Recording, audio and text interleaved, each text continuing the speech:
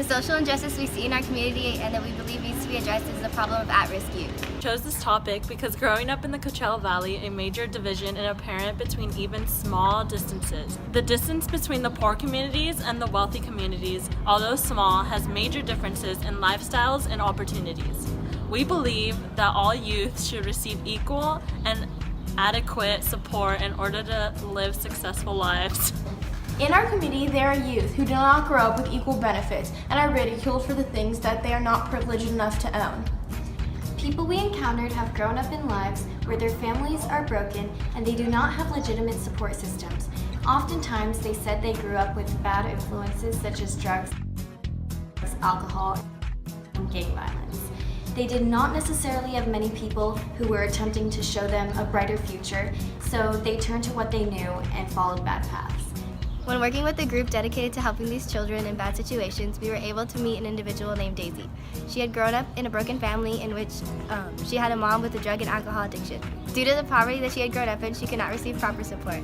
Her mother did not help to encourage her education or help to provide her with supplies that she needed for her education or other activities. Because of the situation that she grew up in, Daisy was judged and people blamed her for the problems that stemmed from issues within her family. This injustice should not occur. Not everyone grows up with the same advantages. Because of occurrences with people such as Daisy, we believe that something needs to be done in order to encourage others to do as Jesus calls us to do, and give to the poor and vulnerable and be a person for help and support rather than for ridicule. This issue is occurring because there is not enough communities who strive to solve this problem. And those that do try to give all the help they can do not receive enough funding to make a big enough difference. Because of this, we have children who do not see the things they are capable of achieving and therefore settle for less than sufficient jobs and further the cycle of poverty.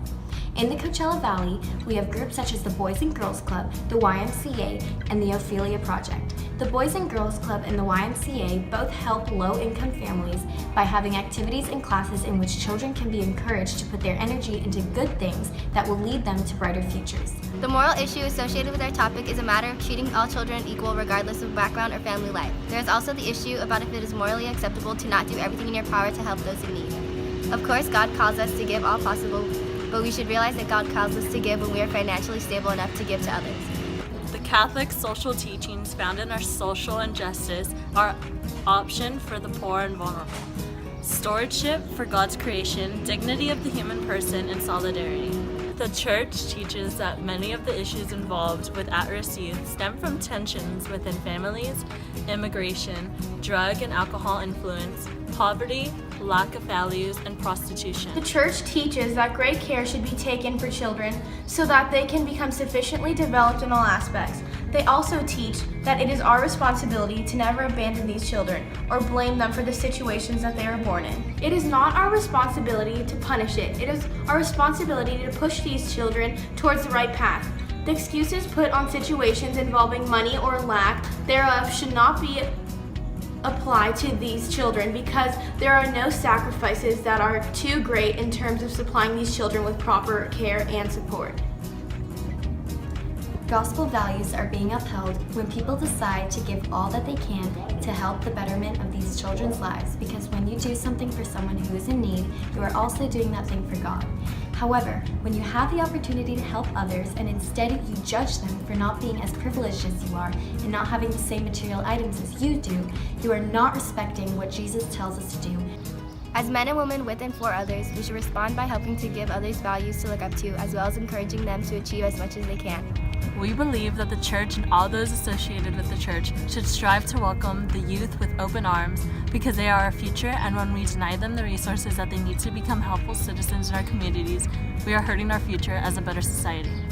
For our plan, we want to create a place that accepts all children in bad situations and works towards helping with things such as tutoring, clubs, and activities where these children can express themselves and provide them with people that the youth can go with any problem that they may face.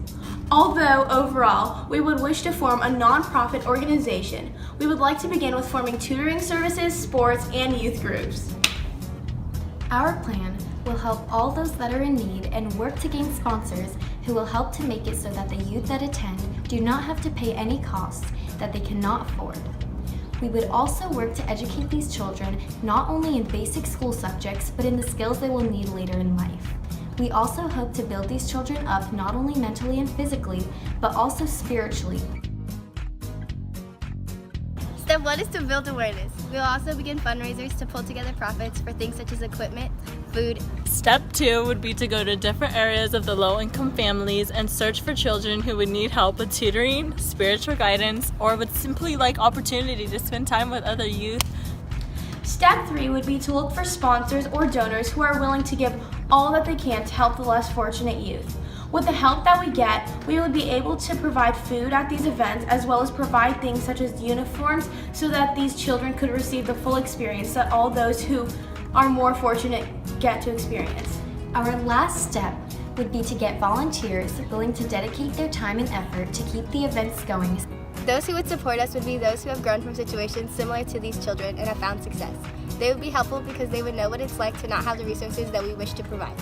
However, we might face opposition from those who would see the resources we provide as handouts, rather than as means of support.